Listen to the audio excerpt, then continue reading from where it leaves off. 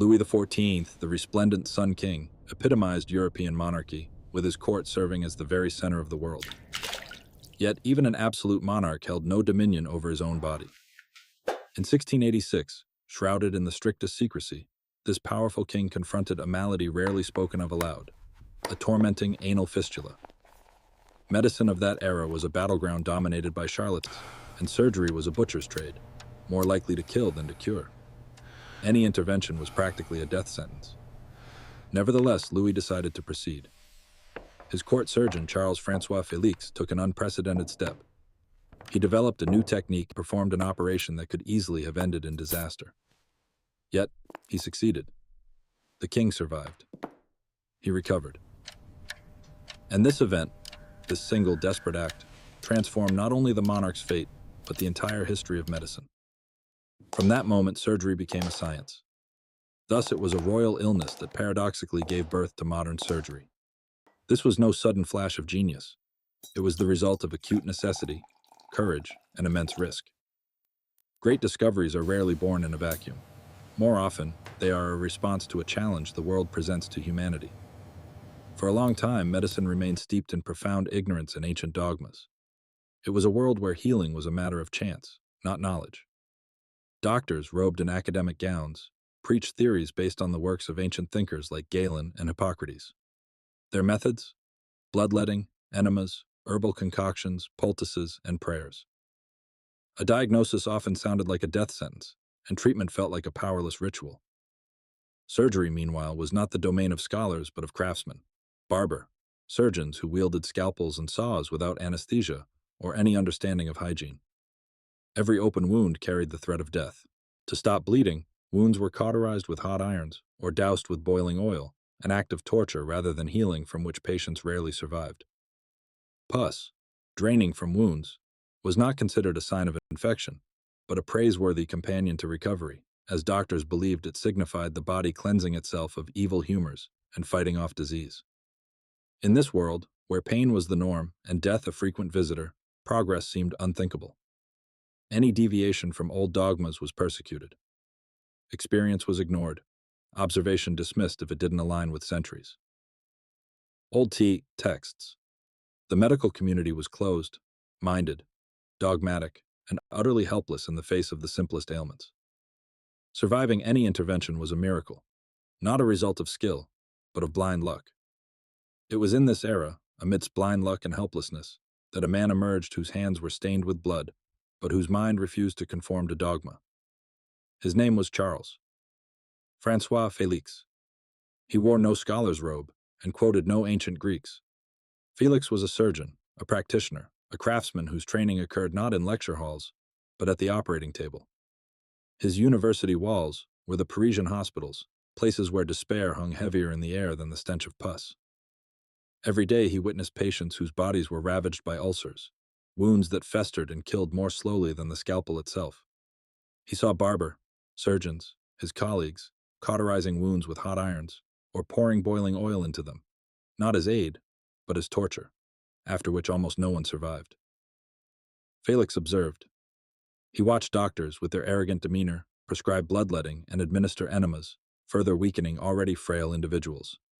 He heard their discussions of evil humors and the balance of humors.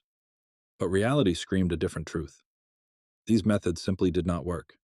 They only exacerbated suffering. Unlike many, Félix didn't just follow orders. He analyzed. He remembered. Every death, every failed treatment, became a lesson. He saw that the authority of ancient texts meant nothing in the face of a dying person, that endless scholastic debates could not stop gangrene. His experience in the hospitals was brutal, filled with pain, screams, and the smell of decay. But it was this very experience, this daily encounter with the impotence of traditional medicine, that made Félix question everything. He began to seek answers not in books, but in his own observations, in what he saw with his own eyes, in what his hands did.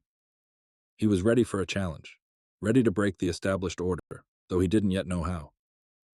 The answer came with mounting desperation. King Louis XIV suffered. His fistula gave him no peace. The court physicians were powerless, offering only old, proven methods that guaranteed death. Félix knew these approaches would not work. He could not risk the king by applying what he saw every day in the hospitals: torture, not treatment. Felix prepared. He wasn't just searching for a solution, he was creating it. He designed a new instrument, a thin, curved scalpel known as the bisturi hook. It was crafted for precision, for delicate work, not for brute force. The instrument was ready. But on the night before the operation, an unforeseen situation arose. Supplies of boiling oil, typically used to cauterize wounds to stop bleeding, were running low. Or perhaps this was merely a pretext, an opportunity. Felix faced a choice: take an unprecedented risk by abandoning the barbaric method, or condemn the king to an agonizing death. He chose the risk. He chose the experiment. On November 16, 1686, a deathly silence reigned in the royal chambers. The king lay on the table, draped in sheets. Felix, surrounded by a few trusted individuals, took his new instrument in hand. Every nerve was taut. He made the first incision, shallow and precise. Then a second, a third. He did not cauterize the wound. He did not pour boiling oil into it. He opened the abscess, drained it, and meticulously cleaned the tissues, step by step. This was not a butchery. It was a jeweler's work, clean, precise, contrary to all dogmas, defying centuries of tradition. The operation lasted only a few minutes. The king endured it. He did not die on the table. He did not scream in unbearable pain, as might have been expected. He breathed. He was alive. The wound was clean. There was no pus. There was only immediate, visible relief. This was not an act of magic or blind luck. It was the result of calculation, observation, and unprecedented courage. For the first time in history, a royal operation did not end in tragedy. For the first time, surgery demonstrated its true power, not as a means of torture, but as a path to salvation.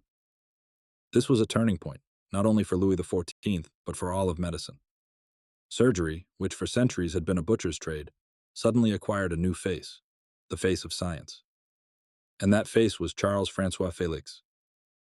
Louis XIV's operation was a triumph. The king survived and recovered. But the true magnitude of this event lay not just in saving the monarch, it was in how Charles-François Félix thought, how he acted, and how step by step he reshaped the very fabric of surgery.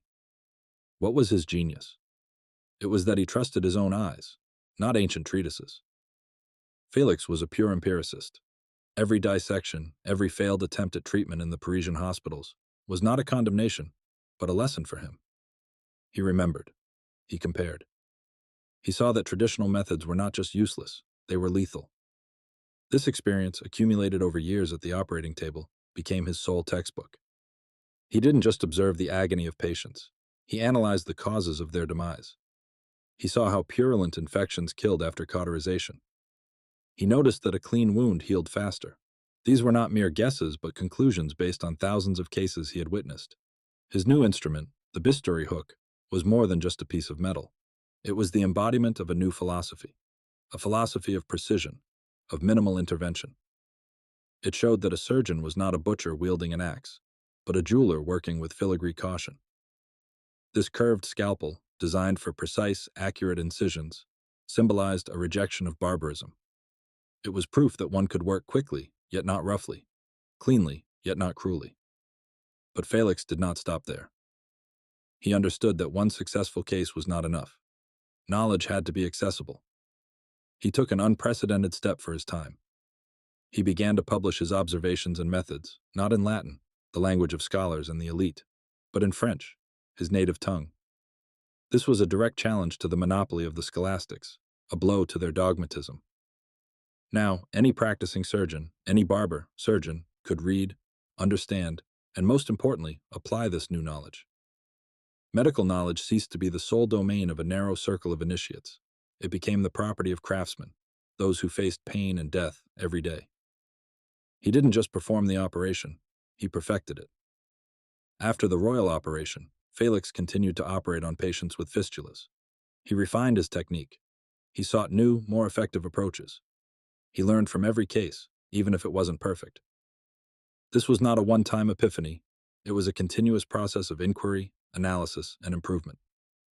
It was through his intellect, his hands, and his unprecedented openness that surgery began its journey from a butcher's craft to a precise science, a path forged not by books but by experience, not by dogmas but by observation, not in Latin but in a language understandable to all. This openness, this challenge to tradition, did not go unnoticed. On the contrary, Felix's victory over death, his audacity in rejecting centuries, old dogmas, provoked fury from the academic community, those who for decades had elevated themselves above simple craftsmen, relying on the authority of Galen and Hippocrates.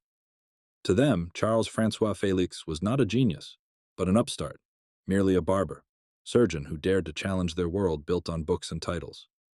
They accused him of ignorance, of lacking a university education, and of disregarding proper methods like bloodletting, poultices, and healing concoctions. His success? They dismissed it as a coincidence, blind luck, incredible fortune unrelated to true science.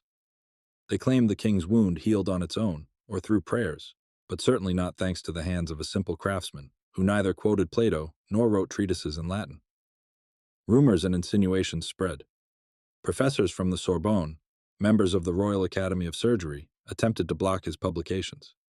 They demanded his methods be banned, calling them dangerous and barbaric, even though they didn't understand their essence. These robed scholars were losing face, losing power. For if a simple barber, surgeon could save the king, what then was the worth of their academic titles and ancient treatises? His success undermined the very foundation of their existence. But Felix had a shield, the most powerful in the country, King Louis XIV. His Majesty had not merely survived, he had recovered, quickly and without complications. This was irrefutable proof that no scholastic dispute could overturn. The king, whose word was law, rose to defend his savior. He not only bestowed nobility upon Felix and granted him a generous pension, he made him the chief surgeon of France. This title, this monarchical support, became an impenetrable wall behind which Felix could continue his work, refine his techniques, and train pupils. No academy, no guild dared to defy the will of the Sun King. Thus, the royal fistula not only ushered in a new era of surgery, but also ignited a battle between old and new, between dogma and experience. And in this battle, under the patronage of Europe's most powerful monarch, results, not authority, prevailed. Felix's victory was not merely a personal triumph. It was the first decisive step towards recognizing surgery as an independent, empirical science, a science capable of saving lives, not just deciphering ancient manuscripts. Royal patronage was more than just a favor. It was a decree, an order that was not open to discussion. Yesterday's detractors, the Sorbonne professors, members of the Royal Academy, faced an undeniable fact. Their centuries, old dogmas, their arrogant pronouncements about evil humors, their useless bloodletting, all shattered against the king's recovery. Silence became their only response. It was not an acknowledgement, but a capitulation. They had to accept a result that challenged their entire world, built on books and titles. Charles-François Félix, once a simple barber surgeon, now stood above the most titled physicians. His status was cemented not by academic debates, but by the unshakable will of the monarch. He received not just the title of chief surgeon of France, he gained the informal right to restructure the very framework of medical education, to influence standards and practices. Under his influence, with the direct support of the Sun King, profound changes began, slowly but surely transforming the face of all medicine. He became not merely a practitioner, but a reformer. The culmination of this battle, the decisive blow to the old system, was a royal decree. In 1699, Louis XIV signed an edict that forever changed the face of French and subsequently European medicine. This historic document was a direct consequence of Felix's success. The decree stipulated that surgeons were no longer part of the Barbers' Guild. They were separated. From then on, it was an independent, respected profession. This was not merely an administrative act. It was the official recognition of surgery as a science, a distinct discipline requiring deep knowledge and practical skills. This decree marked the ultimate triumph of the empirical approach. It was Felix's hands, his method, his triumph over the king's illness that compelled the monarch to see the true value of surgery. Now, it was freed from the shackles of the barber, surgeons, from the humiliating position of a mere craftsman. Surgeons gained the right to their own independent training, to establish their schools, and to formulate their own standards, free from outdated dogmas. This was the end of centuries of dominance by theoretical physicians who disdained those who worked with their hands, considering them a lower caste. From that moment, the scalpel was no less noble than the pen.